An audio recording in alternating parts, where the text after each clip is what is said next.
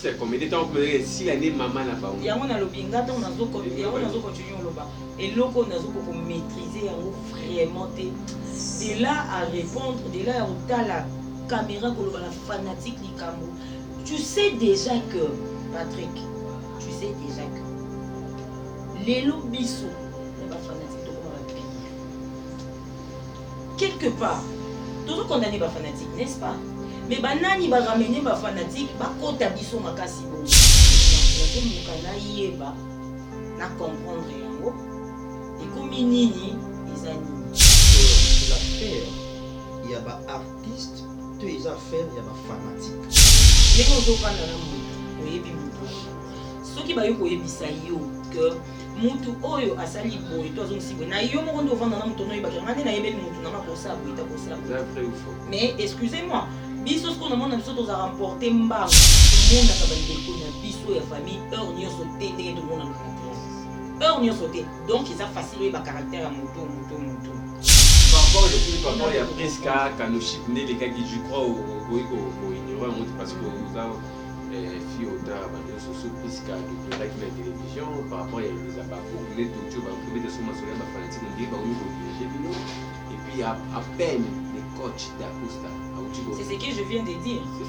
Je pense que la réponse, tant dans le but que Ngane na yebi ke ba pour bachaka mutu na poste na de manière que l'équipe est gagnée. La fanatique au bota peut pas beta beaucoup bénir ça ni tout. Mais qu'est-ce que tu peux dire la fanatique on est le on va dire place.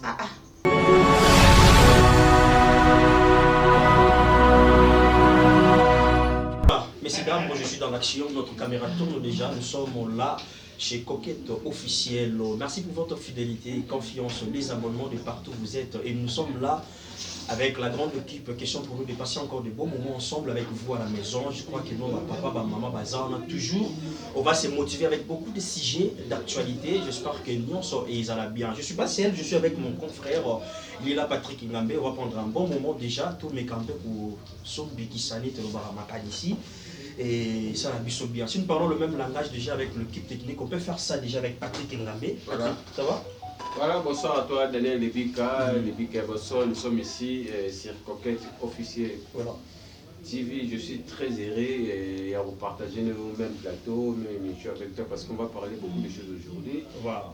Sur notre thème autour, je crois si je ne me trompe pas, autour de nos questions. Autour de nos questions et puis, chers amis internautes, restez toujours branchés, scotchés et puis n'oubliez pas de partager et de liker et puis de commenter sur votre chaîne YouTube Coquette Officiel Télévision. Aujourd'hui, on va parler ce qui se passe dans la vie des artistes et comédiens autour de nos questions parce que aujourd'hui on va recevoir une très bonne artiste comédienne, elle s'appelle Coquette Sassa et c'est avec elle qu'on va partager quelques questions, échange des questions avec toi et avec confrère Nanga Daniel Lebika. Nous sommes ici parce que ça va chauffer.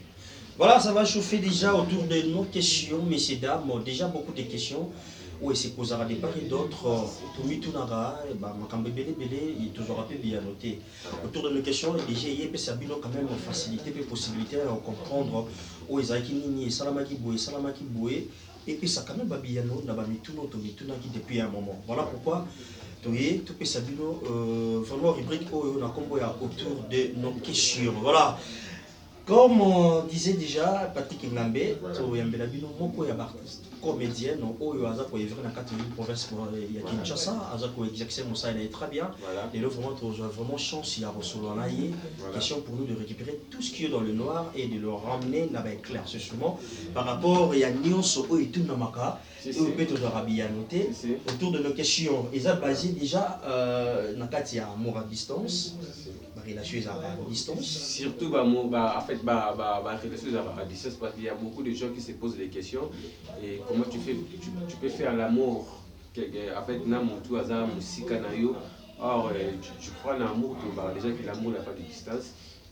Tu peux résider, supposons, dans ma cinéma, ou bien dans et en fait, tout n'a pas question comment ça se passe qu'il y a une machine qui est dans le Congo, mais aux Anabonimoro. Avant de supposer en Afrique, Afrique du Sud, vous avez en Europe, Australie, Amérique, Asie, pour les raisons pour laquelle l'émission on va poser beaucoup de questions. tout na bandeko basi tout bandeko mibali ba bazana bolingo à distance ba vivara ndenge nini na ba partenaire ba bazana à distance. Donc je crois c'est un peu ça que il y a honte ya bien mutali bosoko peut mikape ko tuna ba question par rapport à ça. Voilà, autour de nos questions déjà, toujours Fanda sur l'amour à distance et désirement, tous on a une relation entre la femme comédienne, Nabashi ou Bazana Mikilia, comment est-ce que ils communiquent entre eux, parce que ça arrive que mon ma relation monsieur Salima, ningi Salima qui, ningi Banda qui tué baraté, mais na souka na moto kaka ba éclaté. Et puis les motos, des paris d'autres voilà, c'est quoi le comme bon, comme campé koyeba tout sur là avec la dame. Ne pas perdre moi aussi, c'est elle de nous expliquer aussi si peut-être comme elle a été, on va prendre un bon moment de partager avec la star Coquette Sassa. Voilà. Okay. En fait, c'est pas aussi des artistes quand toujours ni des musiciens, des comédiens, des danseuses. Et puis, supposons à la boutique de mon guichet, madame pour le à distance, ça arrive aussi. En fait, on va généraliser tout. Les artistes et danseuses, comédiens, musiciens, mais là, pas tout parce qu'il y a beaucoup de gens. On va raisonner on dit que bateau va médias à distance. Or même pas. Il y a aussi bateau même pas la média mais à distance. On va parler de tout quoi. Je crois d'ailleurs les bics a expliqué déjà. Déjà que si j'ai l'habitude voilà, c'est ça déjà, messieurs dames, vous avez compris la manière dont on est un peu ça déjà aligné, il y a marche, Nabiso vraiment sur Yango, mais on va faire entrer déjà l'artiste, déjà Coquette Sassa, déjà on va faire le haut, les bas, donc il y a des débat, les solo. Donc voilà, merci beaucoup d'être toujours là, scotché, branché, partagé, commenté, et j'espère que nous c'est bien. Donc ensemble, il n'y a pas de souci, et tous ensemble pourront un seul beat. Si nous parlons le même langage déjà avec l'équipe technique, et on va récupérer déjà notre invité d'aujourd'hui, pour Sassa. Pour Sassa, c'est bon, non? Ouais, pour Sassa, c'est bon. Voilà, c'est parti. Pour l'état, les régies, et puis quelque chose de très important, tout et les mamans, et puis tout recevoir notre artiste en communauté pour faire Sassa. Beauté Image, le meilleur de Paris. Le spécialiste de l'événementiel. Pour la réalisation de vos reportages, photos, vidéos, la couverture de vos événements, mariage, anniversaire, baptême, retrait de deuil ou autres circonstances festives, le service traiteur, location et décoration des salles, adressez-vous chez les professionnels. Beauté Image. Rendez-vous au 70 boulevard Anatole France, 93 200 à Saint-Denis, en région parisienne. Contactez votre partenaire de confiance au 0033 752 96 04 73. À Kinshasa, RDC, Beauté Image au 00243 823 13 47 06. Beauté Image, les spécialistes de la photo vidéo. Beauté Image, le travail au service de l'homme. Beauté Image, Beauté Image. Mosala ezana ba kolona yango. Beauté Image. Tobateli kimia. Et voilà, nous sommes de retour sur ce plateau, messieurs dames, vous avez compris déjà, hein, donc comment est-ce que vous recevoir vraiment l'élément là. Nous sommes là déjà dans notre plateau, comme promis, chose promis, déjà petit à petit ça pour se réaliser avec beaucoup d'attention. On est là avec l'artiste comédienne Coquette Sassa. Elle évolue ici à la ville-province de Kinshasa, capitale de la République démocratique du Congo, notre cher beau pays. C'est aujourd'hui qu'on va essayer un peu de voir avec elle. Autour de nos questions, déjà notre rubrique sur place, question pour nous de se poser encore de part et d'autre et savoir comment est-ce que ma réponse en moi est posée. La biche de s'adapter dans ma réponse. Moi je le dis toujours, à chaque instant la terre tourne, ma réalité va changer et c'est au jour d'aujourd'hui qu'on va essayer un peu de s'adapter à la situation où on s'est présenté l'élo avec la star. Oh, on a mis la biche. Ma question, la biano biche de Pessaï. Si nous parlons le même langage déjà, on le fait avec beaucoup de gentillesse et l'ambeto et mbaye. Voilà. Nous sommes déjà ici avec notre invité, l'artiste comédien Coquette Sassa. Coquette Sassa. Makoko, bonsoir.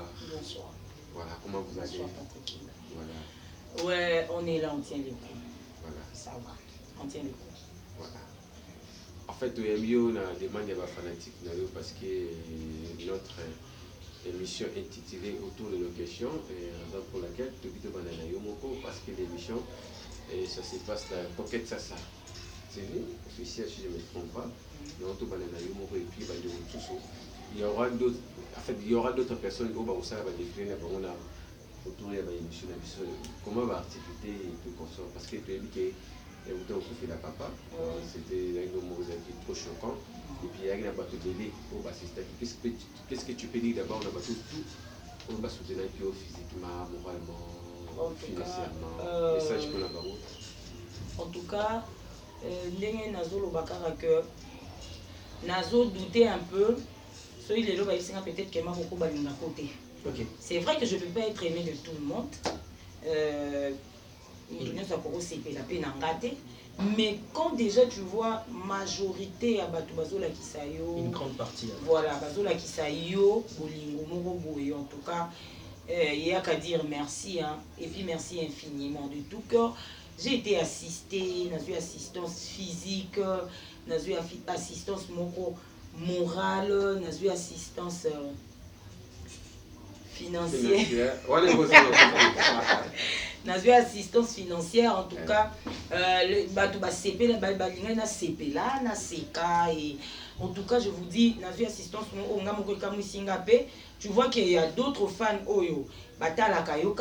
d'autres sont abonnés juste à la page Facebook peut-être, des autres abonnés, il y a TikTok, mais abonnés à la chaîne YouTube, mais un peu de partout, il y a une ville à Kinshasa, Makoko, en tout cas. Je dis aussi merci à ma famille,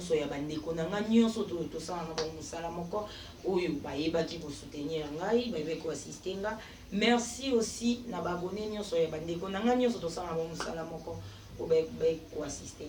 merci déjà à la famille biologique, ma famille biologique, en tout cas, et je dis un très grand merci na mémoire et à regretter papa Langa, papa Sassa. Voilà, merci beaucoup. Donc, vous avez compris déjà l'image. Autour de nos questions, déjà, il y a des questions où ils ont posé des paris d'autres. Il n'y a pas vraiment ma réponse. Donc, ma réponse, moi, ça m'a ramené. Ils ont ramené déséquilibré dans ma réponse. Et nous voulons juste savoir avec la star, l'artiste comédienne, déjà sur place, dans notre premier numéro, autour de nos questions. Déjà, ma question, ils ont ma question à nous. Parce que ma question, on est bichot de représenter Bandoranda pour Nanda pour Ngambé. Pour tout le monde, répondre bichot.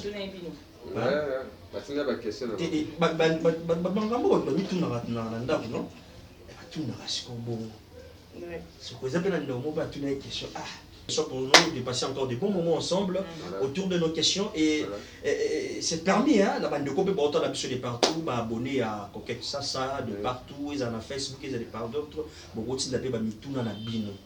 Beaucoup de déjà, beaucoup de questions, ils ont des questions, beaucoup de Coquette parce que nous aimons déjà, beaucoup de questions.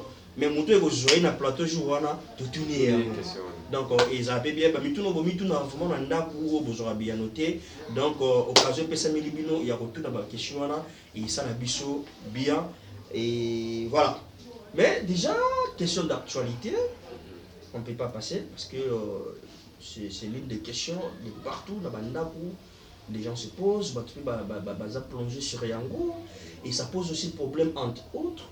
Et surtout, il y a des collègues, il y a des tu vois. Il y a aussi des papa monsieur na poigné comme boyé, na kalizaka boyé, mais lui comme boyé, tout on a bien vie hein, il y a Coquette Sassa. L'affaire famille Bota, les abakou, les Péchalov, les Dina qui Dina Love, barcelonisme, je sais pas si c'est le mot que j'ai les Sassalov, Voilà. cette affaire. Le Williams, président William le Williams. Il y a William Les Anslov, les... Ah ouais. Les grignotages. Les grignotages. Les grignotages.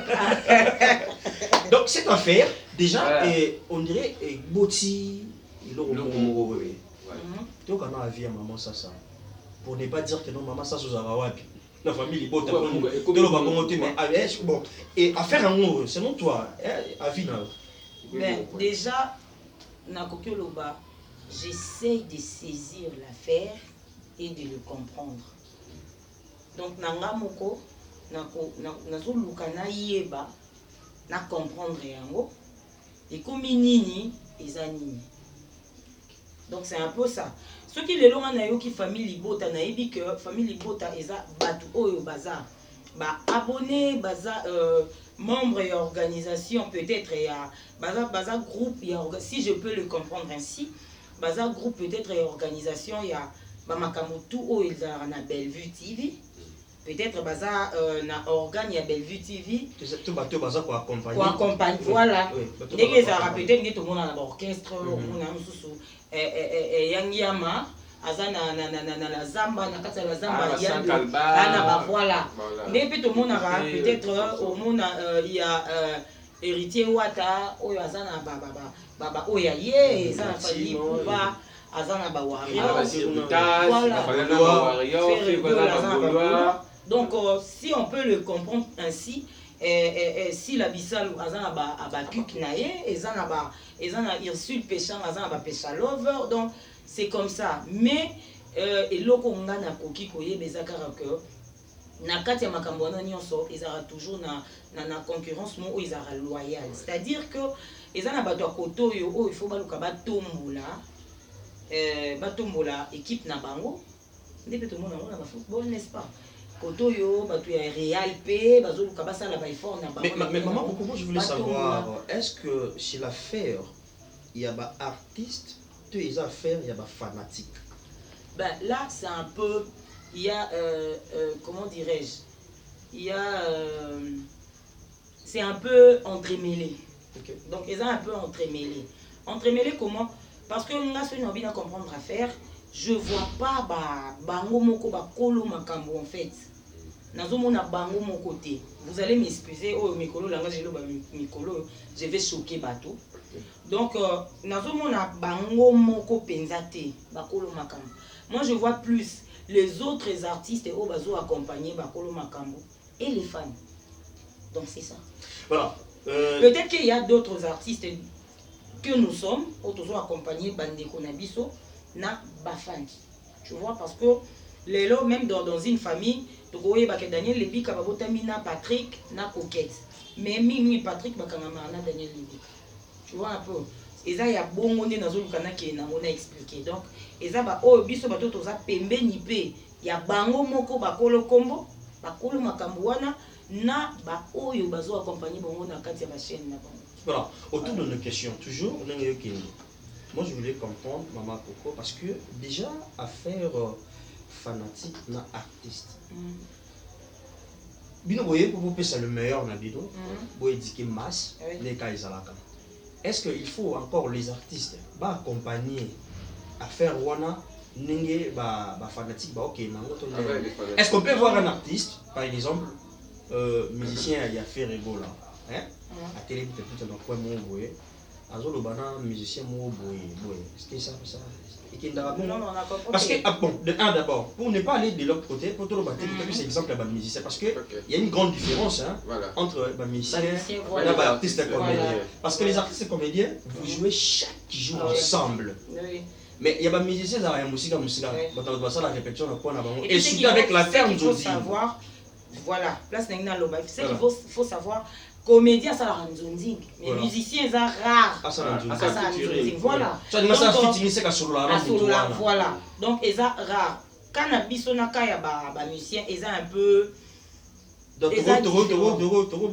tobalisango makasi penza mingi te parce que ils sont vraiment différents tu vois na kati ya monde na biso to na ba indépendant ebele tout ça ba indépendant ebele akozala mais dans l'entretemps azala accompagnera plus oyo. Tu vois, à cause de la peine oyo, mais dans l'autre temps, accompagnera plus oyo. Il y a un moment que dans le lobby, et zappé les cambouya, biso les autres, autres accompagnés, bakolo makambuana. Na ba abonné, na peut-être ba groupe oyo, ezak non, oyo bazatel, oyo bazatel, oyo bazatel. Donc c'est un peu ça. Et en plus, ezan elo moko, oyo nga na kovana nanga, na monique, si nous pouvions nous autres montrer juste bazo accompagner biso comme étant ba fan, ba abonné, que tozana biso nga moté, tozaka dans un même pas. C'est comme si mutu moko aboti biso maman moko na biso ya mwana musala to sala auto benga théâtre. Tu vois, c'est comme si boza anda ko moko bana maman moko papa moko et les gens ba voisin mo boyo cha mpepe mo na kati na bino bo panzani na bino pe boko mo zo pe makambo ngo ya bino ya ndako considérant ici en Olibanda. Les voisins ba zabeka ba comédie ka. Ben non, quand j'ai dit ça nazolo ba voisin genre biso nyonso ba comédien to na ndako bana papa moko maman moko na bato ba comédien te ba eko ba libanda ba donc ba memi biso na mpele moko a souffler loko moko memani au memani. Oh oyebi Daniel, je vais vous dire un truc Patrick. Ndenge ozovanda na mutu oyebi mutu soki ba yo koyebisa yo que mutu oyo asali boye to azongisi boye na yo moko ndo vanda na mutu noyeba ke ngane na yebeli mutu na makosa boye ta kosa. C'est vrai ou faux? Mais excusez-moi, biso ce qu'on a mona biso toza remporter mbangu. Toza remporter mbangu na yeba te po ni mupepani sala biso boye. Donc on peut venir te dire penza que les aboye coquette asali boye mais au vanda na peut-être pas mbula na ba mbula. On dit bien facilement OK au koti na ngambu ya bato wana. Tu vois un peu. Donc bana boanda ku moko ndoti ibata koti alobi que non mona papa no na maman no alobi boye pendant qu'on vanda ranaye olala ranaye attendez tout monde a kabandeko na biso ya famille heure nyonso tendenge tout monde na théâtre heure nyonso te donc ils a facile ba caractère à mutu donc ce bayo ebiso likamo ya moninga okoyeba ke mutu na ngande na yebeli na nde na vandela ne surtout que na langage za na monde fera mwana mama ma joujou mwana mama na ngai boye oyo ebi mwana mama no ma joujou na yo ndenge yo yebe c'est que to vanda totala na ba caractère te. Comment on dit malikambu ya muto non mona kutu na misu na yo juste parce que a commis eloko moto a bengi yo alobi na linga ko mingi sur na yo frère na yo voilà donc moi je dis que eza ce sont plutôt bateau pe bazo accompagner hein ba mekanano bateau bazo accompagner ba fanatique na bino les non tant na monde na biso aussi tant na monde na biso aussi pour na bakolo makambo ah ben les fanatiques aussi parce que ba fanatique on est bakolo ba chez bazoka trop ba fanatique qui moi je dirais ça, mais jusqu'à là, suite au tali, nous avons le canon de saisir les Camerounais, qu'est-ce qui se passe voilà, en fait. Voilà, quand il m'a beaucoup tombé dans ma soirée, je crois que les commentaires épisodes pas conscient, parce qu'il y a beaucoup de choses où Daniel Lévy pour soulever point par rapport à Bino n'a pas fanatique. Parce qu'aujourd'hui, c'est comme si les fanatiques n'a Bino. Il est comme diriger Bino. Parce que je ne me trompe pas parce que Nathalie qui est presque à Kanouchip, je crois à Sataka qui n'a pas Bakouk. Parce que Vino va tout à l'heure qui est fanatique. L'ongola qui gagne, il n'est pas l'ongola. L'ongola ça bien ça. Parce que là il jour alors tourner dans SP. Faisait la même si moi ça n'est à bien parce que Bakouk va voir qu'il y a retourné. Voilà après c'est aujourd'hui et puis le président coach d'Akosa a soulevé même point. Toujours par rapport à ma fanatique. Est-ce que yo pe lelo oyo nous a mama koko boza ma fanatique na yo ce que mutata dit coquette moni ti di wana mono suna film na ndé reço les amis déjà non selon moi tant tozo pesa mutu quand nous distribuons le rôle mutu azokoma akaloko a coach ayebi ke fona betisa Patrick Poste oyo fona betisa pour bateau va venir grader pour faut comprendre donc je pense déjà répondre ngaso ina okoma na yebi que faut na betisa muto na pesa muto place au rôle na pesa muto place au rôle pour bateau bazotala basepela bateau bazotala bazwa conseil parce que ce lelo na place wana pe na betisi muto wana te film pe bonité bateau wana pe qui m'a bon, les gens disent à ce moment bon nga na ndenge nga nayebi kezaka bongo nga nayebi ke babetisaka mutu na mutu place waza mais déjà dès qu'on a toujours le banazou le canal maîtrisé non ma c'est par rapport à tous les par rapport il y a presque quand le chip né les gars qui je crois au ignorer parce que vous avez filles au tard les sociaux presque depuis la télévision par rapport il y a des abakou mais tout tu vas trouver de son masoya ma fanatique on dit bah on va diriger bino et puis à peine les coachs d'Acosta c'est ce que je viens de dire je pense que na répondre tant on a le but que ngane na yebi ke ba tchaka mutu na poste na de manière que l'équipe est gagnée ba fanatique au bota pe ba beta na beaucoup bendele sanye to mais qu'est-ce que tu peux dire na ba fanatique on est le on va ba place vous avez pour temps comme on dit moi je suis libre autant donc ngane na zaboye natala Teresa ba ke si l'année maman na bango ngai ne na zaboye na ko lo ba ke eloko non c'est Teresa ça c'est comme des temps comme si l'année maman na bango yango na lobinga to na zo continuer lo ba eloko na zo ko maîtriser yango vraiment de là à répondre de là à la caméra ko lo ba la fanatique likambo. Tu sais déjà que, Patrick, tu sais déjà que les lobbies n'est pas fanatique de comment on va payer. Quelque part, tout le condamné pas fanatique, n'est-ce pas? Mais banani va ramener pas fanatique, ba kota biso makasi bongo. Voilà. Voilà. Voilà, merci beaucoup. On va évoluer petit à petit lentement chirement dans notre rubrique déjà autour de nos questions. Messieurs, dames, là c'était juste entre parenthèses par rapport aux questions des actualités. Vous avez compris la manière dont Makambango est Nelly. Donc nous sommes censés de le dire parce qu'ils ont bon.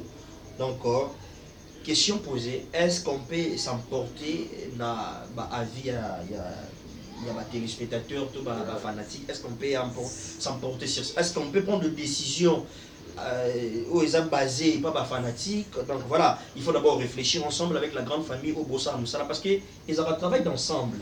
Il y a le maire de vous. Et il y a Moutoumoro. Pour ça, que Moutoumoro a joué, maman, pour fait, il y a au ça dans le côté. Donc ils travaillent ensemble. Oui. Voilà. Donc ils travaillent ensemble, il faut toujours être ensemble pour faire quelque chose de bien. Voilà, déjà. On va comprendre déjà par rapport on va aussi voir déjà par rapport à notre lignée, l'amour à distance, déjà relation à distance. Déjà il y a des sujets par rapport à notre lobela. Déjà j'espère que par rapport à l'ango.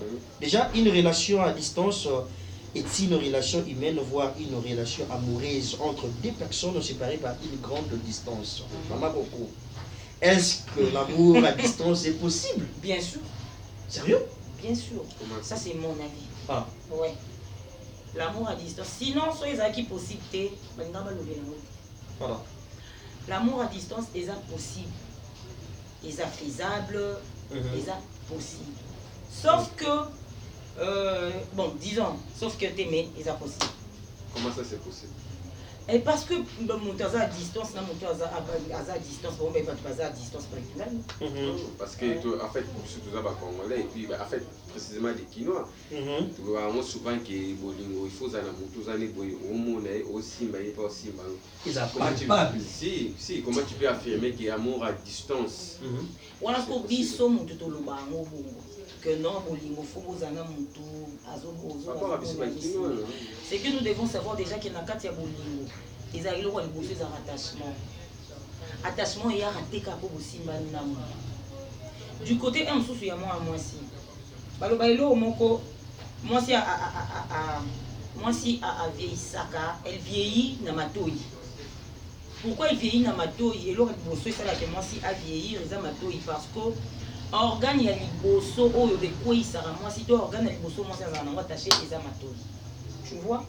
Donc attachement il y a deux personnes na kati ya bolingo ya ka partir ya nini ko solola matoi moi ça matoi polele ayoki et voilà ça commence et bandi nango. Mais l'amour à distance c'est un amour possible parce que c'est déjà deux êtres bolingo nanu premièrement on a biso ba otolobaka ndingo lobi que il faut batumi balé base ensemble bolingo et mon na raté telemi wane lobi yo yaka nga bolingo la temi no bi bosangana.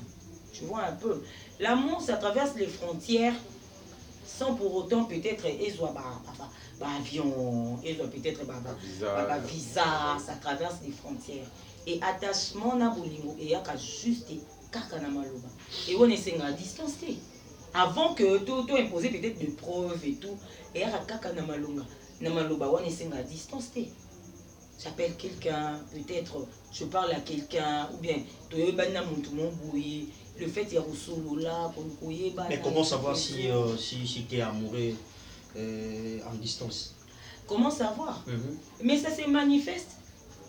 Par rapport à quoi, par exemple? Il y a des attachements. Attachement par rapport au téléphone? Oui, il y a des attachements. Et deuxième, il y a tu peux vivre comme si tu étais avec la personne en fait. Mode de vie. Mais c'est pas compliqué. Comment le gérer? Comment gérer l'amour en distance? Oui, c'est compliqué aussi. Oui. Là, c'est un autre point. Oui. C'est un autre point. Comment est-ce que l'amour naît? Ils ont dit solo le fait que beaucoup de attachement et gérer, on a dit que c'est comme plus compliqué. Pour gérer l'amour à distance, non, peut-être donc on peut mon expérience dans mon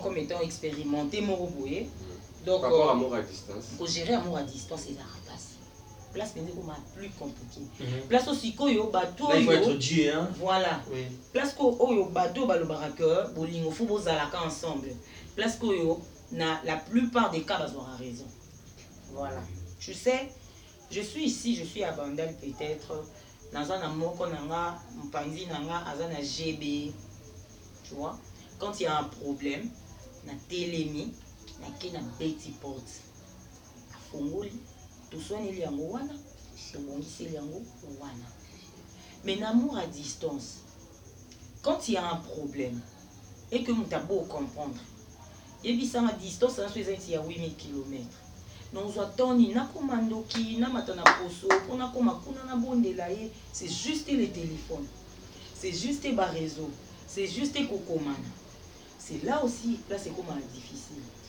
tu vois que gérer amour à distance et ça pas si kolekana na équation il y a second degré en fait parce que tu imagines Daniel Mobali a siliki peut-être ou moi c'est siliki kanifone ou bien bamisusu aza na kanda mo boya peut-être à bloquer on a téléphone au banaki ozwele wapi okoti na ba réseau nyonso azaki ti ozelansko peut-être kanda neleka to kanda na e ekitaka or ce vous esika moko ou bien vous a place moko ou bien vous a mboka moko tu peux facilement okende ou expliquer ti kande kita donc ata bloqué au kuta na ye mais à distance tu vois comment mais comme un mot meurtri aujourd'hui ma place au retrouver mon bail noté en fait mais il y a un adage qui dit la distance tue l'amour. Non, ça rapproche aussi la distance. Comment? Tu sais dans la relation distance ça la distance ça rapproche et puis ça rapproche ça makasi beaucoup tana et puis ça rapproche ça makasi beau monana et puis ça rapproche ça makasi ngafona monaka mbali na ngafona monaka mwasi nanga et ko exciter mutu so je bien dit ce boyo ça la distance donc voilà mais na longoli équivoque on a été que eza passe ce non bien le comme état expérimenté eza passe et puis c'est pas évident. C'est vraiment pas évident. Et au début, Ezaka, et là, on a un problème, on a un solo, et c'est peut-être Paul. Paul, on a bien, il faut que Paul. Si on a un problème, il faut que on a confident, on a un téléphone. On y place comme à moi passe. Voilà. On a l'eau pour mon boy peut-être. Ah, il est dans un boy. Et l'eau, moi, salami, je dois en parler. Peut-être je dois en parler. La seule personne où il peut sa confiance, il est Wana. Mais au Bengi peut-être, à ce téléphone, au Bengi peut-être, téléphone il est caté. Au Bengi peut-être, na mboka o yaza eza peut-être mboka boza mboka morote et parce que ok ne bandenge mususu makambo ekende mususu peut-être na minute wana koki ozwa ye te. Voilà, Makoko, vu que vous avez expliqué par rapport à amour à distance, parce que il y a des montagnes qui ont mis le numéro de l'émission. Est-ce que vous savez déjà amour à distance avant, après ou aujourd'hui? Vous comptez toujours pour ça l'amour à distance? Bien sûr. Aujourd'hui même? Bien sûr. Inconvénient par rapport à l'autre. Donc, le inconvénient, tu sais, inconvénient ou il y a par rapport à amour à distance. Et ça, ceux qui ont mis pour louper des détails, qui est la compréhension, en tout cas, je t'ai dit. Et puis, ils aura plus étalé, ils ont confiance. Ceux qui sont loupés, caca détail, qui est pour la confiance ici. Donc voilà. Et n'est tout le bac à la présence, hein. La présence physique. Mais est-il que nous avons gérer nos distances pour comprendre que tu vas vivre comme si Azanayo. Ah, tu vas vivre comme si Azanayo, comme si Azawana. Tu as l'expérience déjà, combien de ans et tout comme ça? Là, je m'étais. Non, s'il te plaît, tu vas là, je m'étais. Non, parce que je suis dans ça. Si, je suis dans ça. Non, non, peut-être que nombre d'expérience, et belé mingi. Non.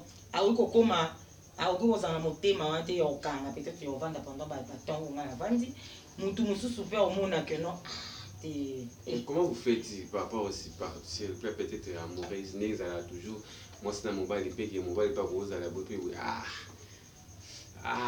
par rapport à je sais pas. Non, c'est tu alcool ils ont déjà stimulant. Mais Patrick, ça arrive comment un mobile qui place supposons 2 ans pour moi on a raté pour bien souvent dans la vidéo. Ça se passe comment ça amour à distance. Ceux qui ont géré distance T, il y a un petit panzama comme ça. Place P, que place c'est comme à moi passer tu vois. Place c'est comme à moi passer. Tu sais, comme à la bataille, aux ajustes, on a besoin de caca et kala. Vous avez juste besoin de caca et kala. Azate. Voilà. Donc on peut se câliner peut-être le téléphone à partir. Juste te rassurer qu'on est là. Place que c'est un péza, mon faut ça alors, merci beaucoup, messieurs dames. Vous avez compris notre point déjà avec amour en distance. Déjà, la distance ne ruine pas une relation et non, être amoureux de quelqu'un, donc loin des yeux, près du cœur. Déjà, on va chuter par là. Déjà, messieurs dames, merci pour votre fidélité, confiance et abonnement. Donc, chuter dans le point d'abus à Souka, Patrick, c'est ça, non? Ouais. Comment est-ce que, Maman Coco, vous arrivez à gérer la relation avec Bino? Peut-être on a ma maman ou baza libanda ya mikili ya poto. Comment?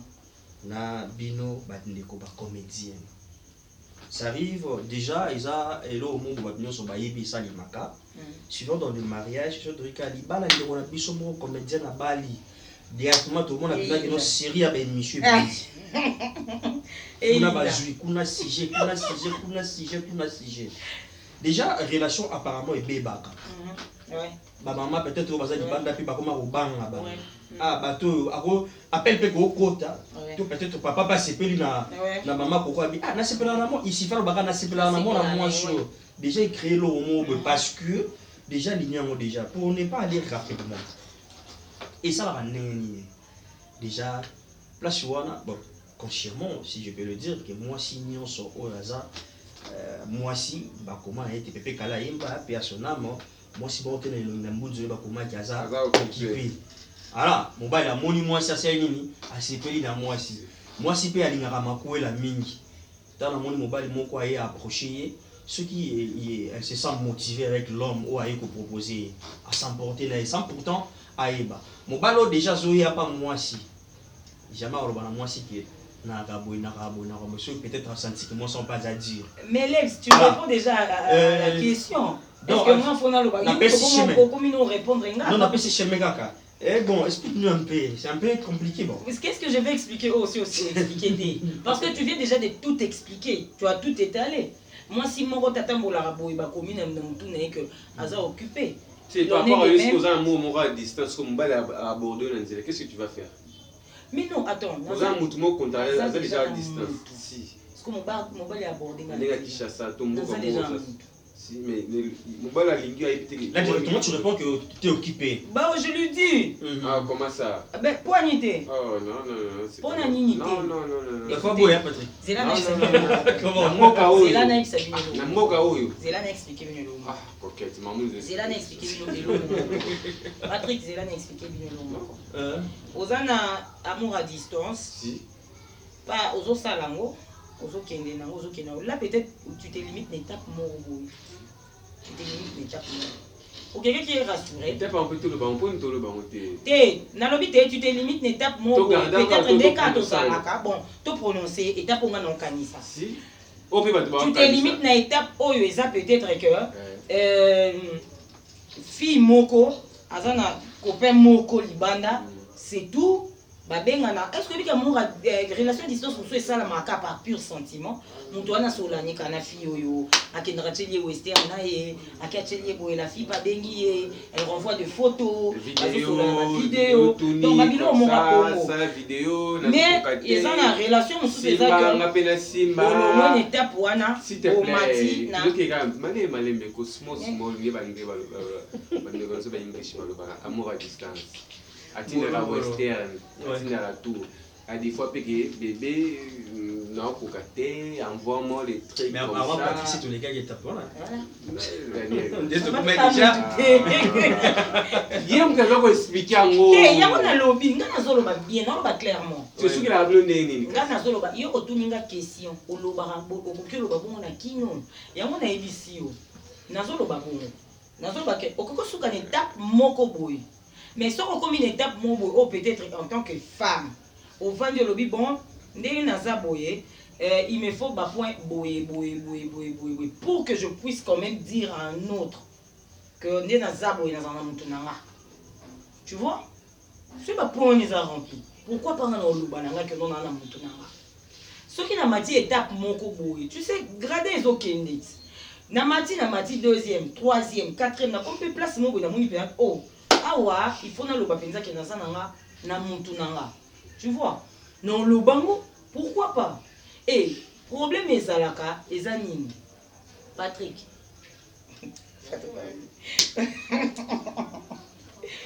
Problème est Zanine. Patrick. N'a point aux arts. Quand tu as besoin, maman, tu fais quoi? Ok, le maman. C'est lui qui est à distance. On a besoin de maman sans. Est-ce que ça arrive aussi à Kinshasa? Peut-être tu as besoin et à Moutnayo? Bien sûr. Bien sûr. Ça arrive, non? Ouais. Vous appelez à Kinshasa, mais Moutnayo, ça et puis ça arrive aussi que tout le monde y fait des vidéos, il y a des bazar à Kinshasa. En fait, sinon, Kinshasa, bien sûr, Daniel, il y a des tout prêt, il est disponible, mais il est disponible. Mais c'est différent, là, mais pas qu'il y ait pas des prochaines mais ils ont le même effet. Mais ouais. Mais ça a le même effet. Si, bien sûr que même faire même si 3 jours. Oh. Patrick, il faut y aller au mon corps. Mais à distance, va vous avez 2 mois, 3 mois. Si peut-être elle est malade. Voilà. Patrick, bon, admettons. Ah, Daniel Lebika. Mais Engambe, admettons. Admettons, Patrick, admettons. Oui, c'est vrai que comme à peine à quoi il est mais na makamu faut gérer. Donc, attends la potanie à Azate. Tu vois un peu? Azan a été. Et mathématiques, et moi qui m'y mais peut-être tu parles de quoi en fait? Il y a un matériel en air. Hein? Kasi yango matériel en air. Au cas où on a lobby, au milieu lobby la carte, Azan était. En émo, si on peut comprendre déjà, maman Coco par rapport, il y a relation, il y a maman, il y a poto, il y a comédienne surtout, il pose un problème. So, pour expliquer, je ne sais pas combien de minutes, pour expliquer la réalité, comment est-ce que ça la mata, comment est-ce que. Parce que vous avez un bino, au bazar na mikila poto, vous avez un basi, au péba au barapasi. Si, à des fois, parce que c'est un bino. Oui. Donc, pour expliquer Bisso, tu vas comprendre, parce que ça dérange aussi, il dérange à on a des comment balani kuna mutu boy des voilà ça innocente a yebé le roté côté kuna be mutayo kwa makola mais il posait problème. Bon, le problème est ça na katikati wana ça net ina kama susu. Bon, to évoquer la kama susu après, mais na kama susu c'est notre pont. Le pont qui est parce que si nous sommes ailleurs en vie, nous sommes ailleurs bon comme étant ma femme. Si nous sommes ailleurs comme étant des connaillés, à qui a mon t-shirt, mon boabi, au fond de la coquette. Et l'objet on a tongo là la moutina tongo dans la témana à éviter. Tu vois un peu. Notre pont, il y a biso na bango et ça bateau ba ça biso ba c'est ça biso na bango connaissance mo il y a brutal. Ni bali na bango. La plupart des cas. Attends. Mobali ya bengi yo. To mobali ya lingi yo sur lobby. Benganga heure nyonso lingi. Et le qu'on a dit c'est que moi na moi si ito inde miteyo kaka. Benganga heure nyonso lingi. Oui bisanga. To combien une heure du matin deuxième je me réveille comme ça. Allô chérie ya. Parce que mobali essaie de benganga heure lingi. Parce que ba heure ko ki ko rassurer moi si ya moi. Aïe que je suis seule, je vis seule. Benganga heure yo lingi. Heure na no bengi heure na lingi wana ba 2 heures du matin. Même son maman beta kayu a sepelani ka revoir kama. Na lingi te na gangile ke mezo tikate. Na kuzo ya CD western. Mais il te dit pas que na moi si nanga. Ce qui est comme na moi, maman changer horaire peut-être au ça na moi. Na butu wana yene mta changer horaire. Ah, na commencé na butu nde naza boye musa na biso zoli na ngo téléphone te to benga na kalobi na moi to mama zo benga ye mama zo sala ye a che vidéo zo mona ndako mo biba mata kita yebisanga moi si alobi bon pour na vivre na moto bien il faut ba point boye motoyer à remplir ngo. Donc tu penses que roya ko conseiller moi si bon que moto azana moi si na et surtout que koya pe ko pesa conseil ngo bayaka baloba ba pesa conseil bala sa musapité conseil ngo bande ko bayaka nango au pesa conseil te mazo finga ko bino boza ka bandumba ozo mo bali bato bazo pekiso yokutu akena commentaire afingi akebo afingi biso basi ata basi tata mon bali tu sais okoko kuta na moi 6 mois za mari obezi ba tebe bobinga fona ko isali balonga ni na zofi surtout so vena ko na lobika fio akokinanga misu babunda pe bomba ko isabi libala muninga obenda babala ni pe à récupérer la fille. Tu vois, moi si je ne suis pas comme un point bon lobby bon, ngani na zabolo ko ba lobby boy azala zate na obunda. Mais peut-être na mutu na lo bazazate na obunda mais na mutu na bika kazate. Oh bébé chérie, t'as la photo. Chérie nazo soko. Chérie, je suis dans la chambre. Chérie boy, chérie, pour un an moi za moi si na ndakune. On boti sa confiance mon boy pas mutu azana.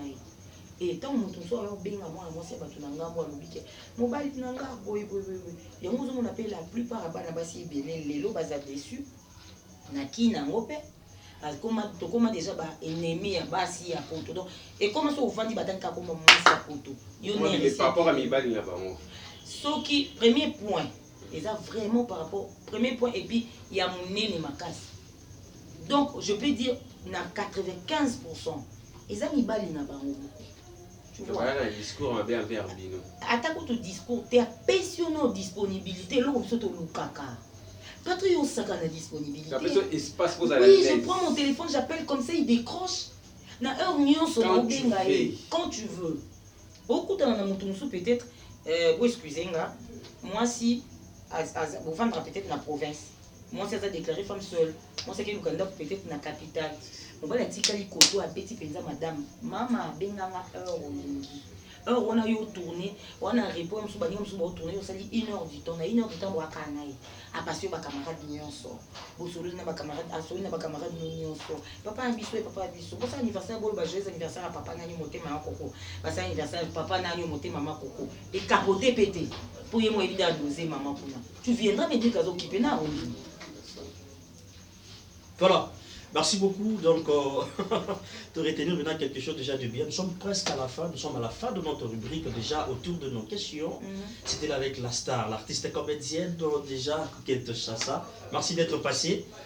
Nous sommes à la fin. Hein, voilà, merci Daniel Lebika, nous sommes à la fin. Mais question sur Kapoto Kawanama Koko, par rapport à nous, tu expliques par rapport à l'expérience, il y a à distance. Vous avez dit ouais. Papa, on m'a expliqué. Ouais. Eh, nakutana ko. Vous avez des Nakutana na signes. beti mutu na mio. Ouais. Vous Mais avez je des te signes, dis, papa, on nous Patrick. expliquer à tous, vous avez des signes. Bon, Papa gars, a eu quoi? Papa a oui, dit peut-être on peut savoir une explication sur par rapport à mutu na mio. Bien sûr, nakutana nango. Voilà. Nakutana nango te na kosi. Voilà. Merci, mesdames et messieurs. Ça définit pour aujourd'hui l'heure de séparation. Est arrivé vraiment la fin d'une chose que sort. Comme on a commencé, c'était pas déjà facile hein, de Si Dieu ne revient pas, on va encore se retrouver dans le prochain numéro pour parler. On va faire la continuité à CG Oyo parce que déjà temps va signaler plus avec la réalisation. Donc on va faire la continuité déjà. Je dis un grand merci à Nabino Nyonso, un grand merci à notre équipe technique déjà, un grand merci à tout le monde au Balinara Bicho. Voilà, autour de nos questions déjà la rubrique Oyo Banozala. Na badinyo sur ma question na bino boti comme la page et belé tozo temps il y a retour na ngo badinde ko nyonso o toza na bango question pour nous il y a rozo babiyano na ba question na biso na invitation na le bimabe. Non, c'est bon. Merci, on dit bye bye. Bye. Bye bye. Merci beaucoup.